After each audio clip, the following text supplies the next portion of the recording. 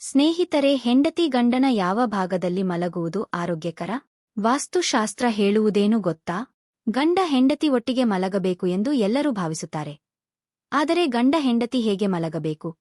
ಯಾವ ದಿಕ್ಕಿನಲ್ಲಿ ಮಲಗಿದರೆ ಸೂಕ್ತ? ಇದಕ್ಕೆ ಜ್ಯೋತಿಷ್ಯ ಏನು ಹೇಳುತ್ತದೆ ಗೊತ್ತಾ? ಹಾಗಿದ್ರೆ ಈ ಕುರಿತು ಇಲ್ಲಿ ತಿಳಿದುಕೊಳ್ಳೋಣ ಬನ್ನಿ.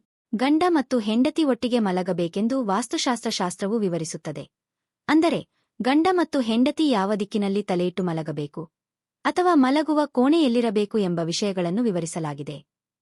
ಇದರೊಂದಿಗೆ ಹೆಂಡತಿ ಹಾಸಿಗೆಯ ಯಾವ ಬದಿಯಲ್ಲಿ ಮಲಗುತ್ತಾಳೆ ಎಂಬುದು ಮುಖ್ಯವಾಗಿದೆ.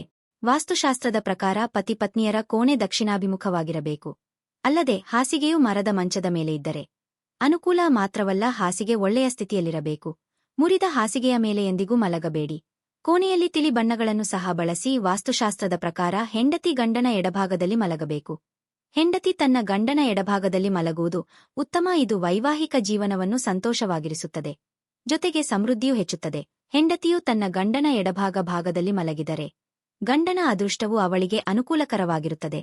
ಪತಿ ದೀರ್ಘಕಾಲ ಬದುಕುತ್ತಾನೆ, ಅವರ ಆರೋಗ್ಯವೂ ಚೆನ್ನಾಗಿರುತ್ತದೆ, ಸಂಪತ್ತು ಹೆಚ್ಚುತ್ತದೆ. ಪುರಾಣಗಳ ಪ್ರಕಾರ ಶಿವನು ಅರ್ಧನಾರೇಶ್ವರನ ರೂಪವನ್ನು ಪಡೆದಾಗ ತಾಯಿ ಪಾರ್ವತಿ ಅವನ ಎಡದೇಹದಿಂದ ಕಾಣಿಸಿಕೊಂಡಳು. ಅದಕ್ಕಾಗಿಯೇ ಹೆಂಡತಿಯನ್ನು ಹಿಂದೂ ಧರ್ಮದಲ್ಲಿ ಸ್ವಾರ್ಥಿ ಎಂದು ಕರೆಯಲಾಗುತ್ತದೆ. ಇದರ ಅರ್ಥ ಎಡಾಂಗದ ಶಕ್ತಿ. ಪ್ರತಿ ಶುಭ ಕಾರ್ಯದಲ್ಲಿ ಪತ್ನಿಯು ಪತಿಯ ಎಡಭಾಗದಲ್ಲಿ ಕುಳಿತುಕೊಳ್ಳಲು ಇದೇ ಕಾರಣ. ಅಲ್ಲದೆ ಮದುವೆಯ ನಂತರ ವಧುವನ್ನು ವರನ ಎಡಭಾಗದಲ್ಲಿ ಕೂರಿಸಲಾಗುತ್ತದೆ. ಅಂದರೆ ಅವರು ಈಗ ಗಂಡ ಮತ್ತು ಹೆಂಡತಿಯಾಗಿದ್ದಾರೆ.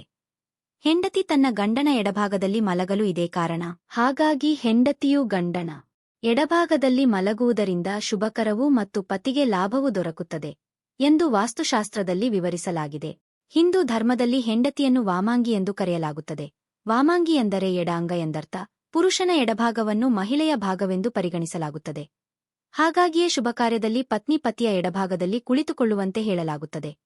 ಹಾಗೆಯೇ ಮಲಗುವಾಗ ಕೂಡ ಪತ್ನಿ ಪತಿಯ ಎಡಭಾಗದಲ್ಲಿ ಮಲಗಬೇಕು. ಪತ್ನಿಯಾದವಳು ಪತಿಯ ಎಡಭಾಗದಲ್ಲಿ ಮಲಗುವುದರಿಂದ ಆಗುವ ಲಾಭವೇನು? ಪತ್ನಿಯಾದವಳು ಪತಿಯ ಎಡಭಾಗದಲ್ಲಿ ಮಲಗುವುದರಿಂದ ಶುಭಫಲಗಳು ಪ್ರಾಪ್ತಿಯಾಗುತ್ತವೆ.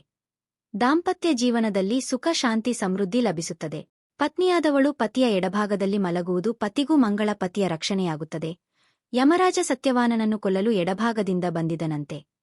ಈ ವೇಳೆ ಸಾವಿತ್ರಿ ತನ್ನ ಗಂಡನನ್ನು ರಕ್ಷಿಸಿದ ಸತ್ಯವಾನನ ಪ್ರಾಣ ಕಾಪಾಡಿದಳು. ಹಾಗಾಗಿಯೇ ಎಡಭಾಗಕ್ಕೆ ಮತ್ತಷ್ಟು ಮಹತ್ವವಿದೆ. ಹೆಂಡತಿಯಾದವಳು ಗಂಡನ ಎಡಭಾಗದಲ್ಲಿ ಮಲಗುವುದು ಗಂಡನನ್ನು ಯಮರಾಜನಿಂದ ರಕ್ಷಿಸಿದಂತೆ ಎಂದು ನಂಬಲಾಗಿದೆ.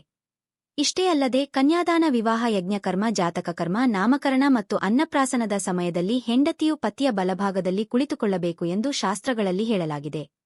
ಲೌಕಿಕ ಕೆಲಸದಲ್ಲಿ ಪತ್ನಿ ಪತಿಯ ಎಡಭಾಗದಲ್ಲಿ ಇರಬೇಕೆಂದು ಹೇಳಲಾಗಿದೆ.